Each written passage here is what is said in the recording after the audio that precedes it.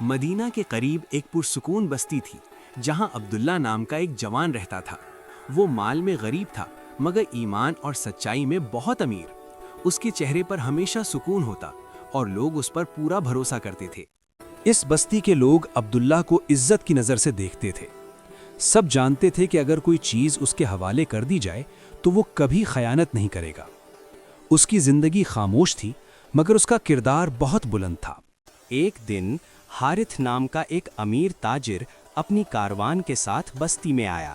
اس کے پاس سونا تھا، مال تھا اور سفر کا ارادہ تھا۔ یہ سونا اس کی سالوں کی محنت کا نتیجہ تھا۔ سفر سے پہلے حارث نے اپنی زندگی بھر کی کمائی سونا عبداللہ کے حوالے کر دیا۔ عبداللہ نے سر جھکا کر اللہ کو گواہ بنایا اور وعدہ کیا کہ یہ امانت محفوظ رہے گی۔ کچھ ہی دنوں بعد عبداللہ کی ماں سخت بیمار ہو گئیں۔ علاج مہنگا تھا اور عبداللہ کے پاس ایک بھی سکہ نہیں تھا۔ اس کی زندگی کا سب سے مشکل امتحان شروع ہو چکا تھا۔ رات کے اندھیرے میں عبداللہ کی نظر امانت کے سونے پر پڑی۔ دل نے ایک پل کے لیے سوچا مگر فوراً اللہ کا خوف اس کے دل میں جاگ اٹھا۔ یہ جنگ اس کے نفس اور ایمان کے درمیان تھی۔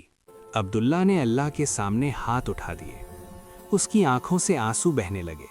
وہ کہتا تھا، یا اللہ مجھے امتحان میں کامیاب کر دے اور مجھے خیانت سے بچا لے۔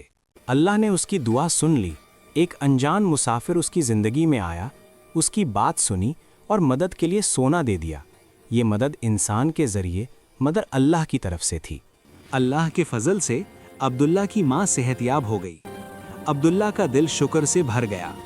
اسے یقین ہو گیا کہ جو اللہ پر بھروسہ کرتا ہے اللہ اسے کبھی تنہا نہیں چھوڑتا۔ کچھ مہینے بعد حارث اپنے سفر سے واپس آیا۔ عبداللہ نے بنا ایک سکہ کم کیے پوری امانت اس کے حوالے کر دی۔ یہ ایمانداری کا ایک زندہ مثال تھا۔ عبداللہ نے اپنا پورا واقعہ سچ سچ سنا دیا۔ حارث کی آنکھوں میں آنسو آ گئے۔ اسے احساس ہوا کہ اصل دولت سونا نہیں بلکہ سچائی اور امانت داری ہوتی ہے۔ حارث نے خوشی اور محبت کے ساتھ آدھا سونا عبداللہ کو دے دیا۔ یہ انعام صرف دنیا کا نہیں تھا بلکہ ایمان کی کامیابی کا نشان تھا۔ یہ کہانی ہمیں سکھاتی ہے کہ امانت اور سچائی کبھی ضائع نہیں جاتی۔ جو اللہ پر بھروسہ کرتا ہے اللہ اس کے لیے وہاں سے راستہ بناتا ہے جہاں سے کوئی سوچ بھی نہیں سکتا۔